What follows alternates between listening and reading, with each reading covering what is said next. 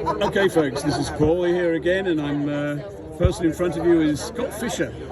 And Scott is pretty unique among genealogists because he has his own radio show, which is broadcast around the world. You can listen to the podcast at Extreme Genes.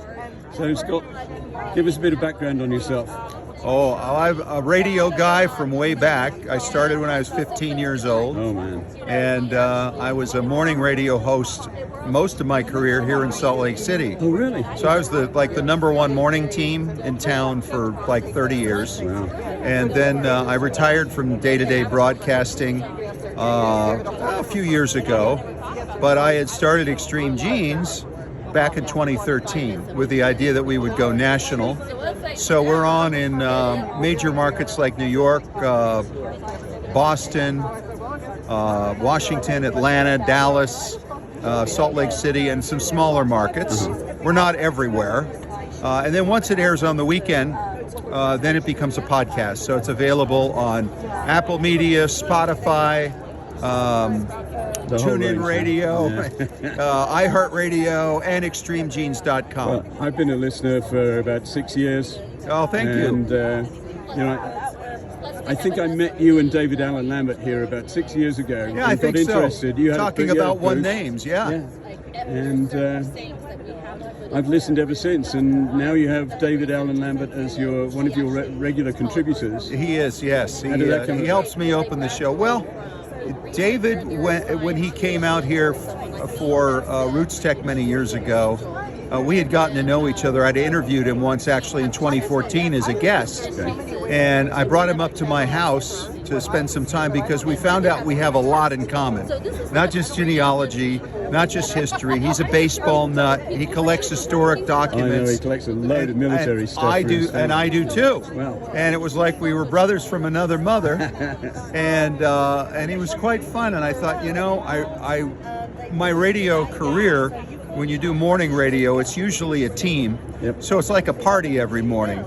But doing Extreme Genes, I was doing it entirely solo.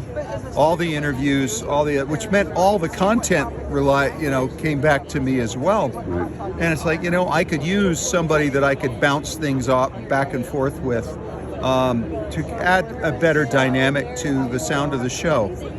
So I'm not like a podcaster who's a genealogist. I'm a broadcaster first, exactly. Who's a genealogist. So I kind of have an idea of what makes a successful sound for radio or podcasting. So I brought him in with the permission of NEHGS, right. And we record once a week, and we gather interesting stories, and then we answer questions at the other end of the show. And I do the interviews in the middle. Right. And we'll come back to those, but just for the benefit of people who are watching this video, David Allen Lambert is the chief genealogist of the New England Historic Genealogical Society in Boston. Yes. And he's also a guild member studying the name Paul. Yeah, okay. So that's how I knew him and how I met you. Yes. So it's a small community. Yeah, tell us about your interviews. I mean, you have incredible variety of people that you interview. How do you go about finding those people? What is the magic there? Well, there are several things. There's several different ways it happens. Mm-hmm. I'm forced to feed the beast every week, so I'm constantly looking for content. Okay.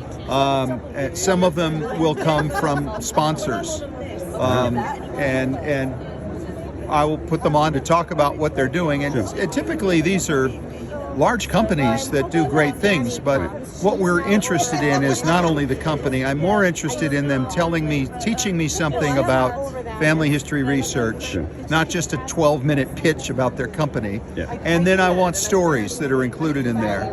It's the stories that make your program. And we know a lot of genealogists by now too. Yeah. And so we'll always say, look, if you're going to tell me about some unique technique or big database or whatever, you've got to tell me some stories about what you found using that technique.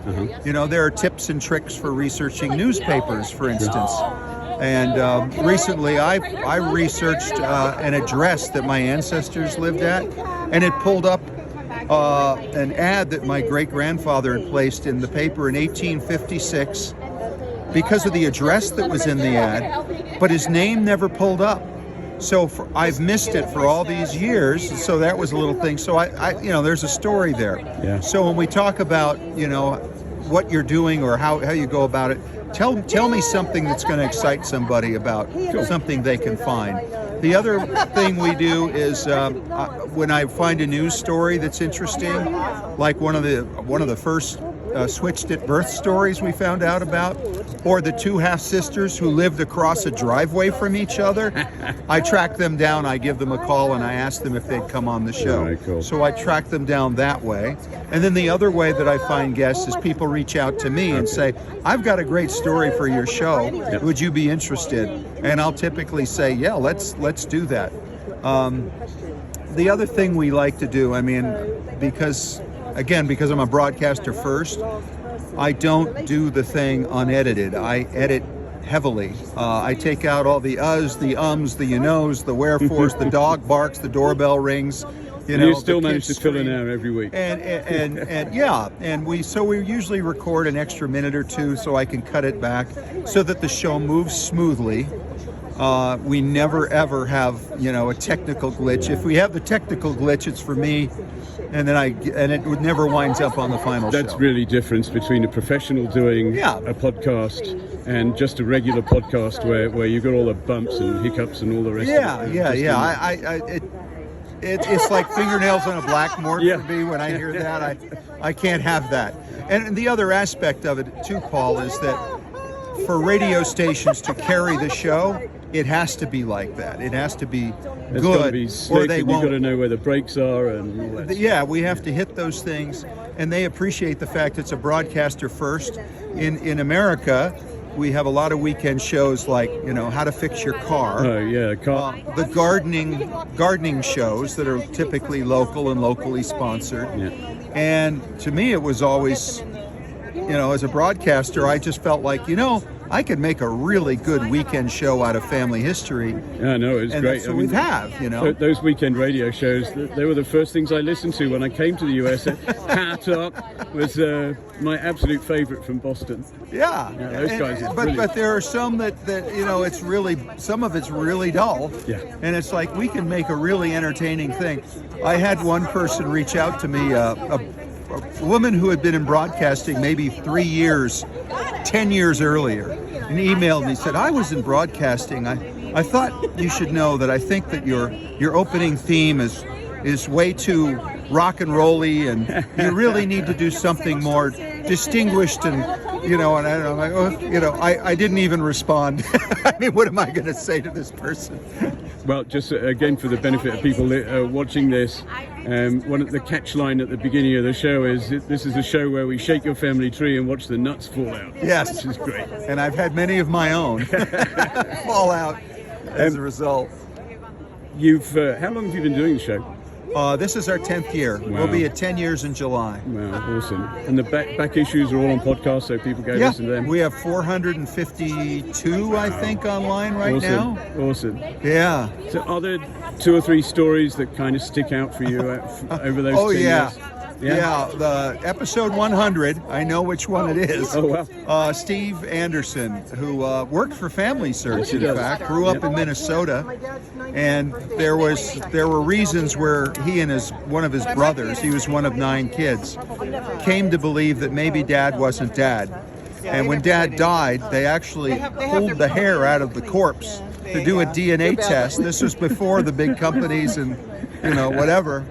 And they were certain that they were, full. Well, the bottom line they came out to in the show was 9 children, 8 different fathers. Oh, I remember that story and now.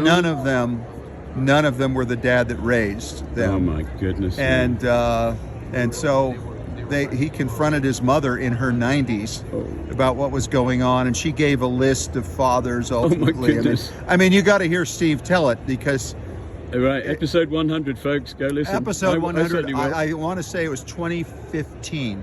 Wow. That we had that story on. That was one. Cece Moore comes on quite often, and yes, she was sharing a story about. Let's see. Oh, the guy who was the first Crime Stopper.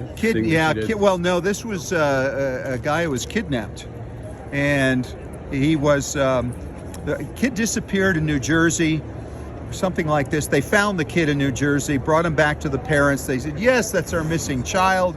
Well, grows up, turns out he's not the missing child. He was raised as that missing child with that child's name. Oh my goodness. And so ultimately Cece found out who this man's parents really were, but they were still looking for the original kid who disappeared, and they figured that out as well. Oh man. What an amazing What story. are the chances of that? I mean, well, and this is why we have stars in our business who are able to put things together like that. Yeah.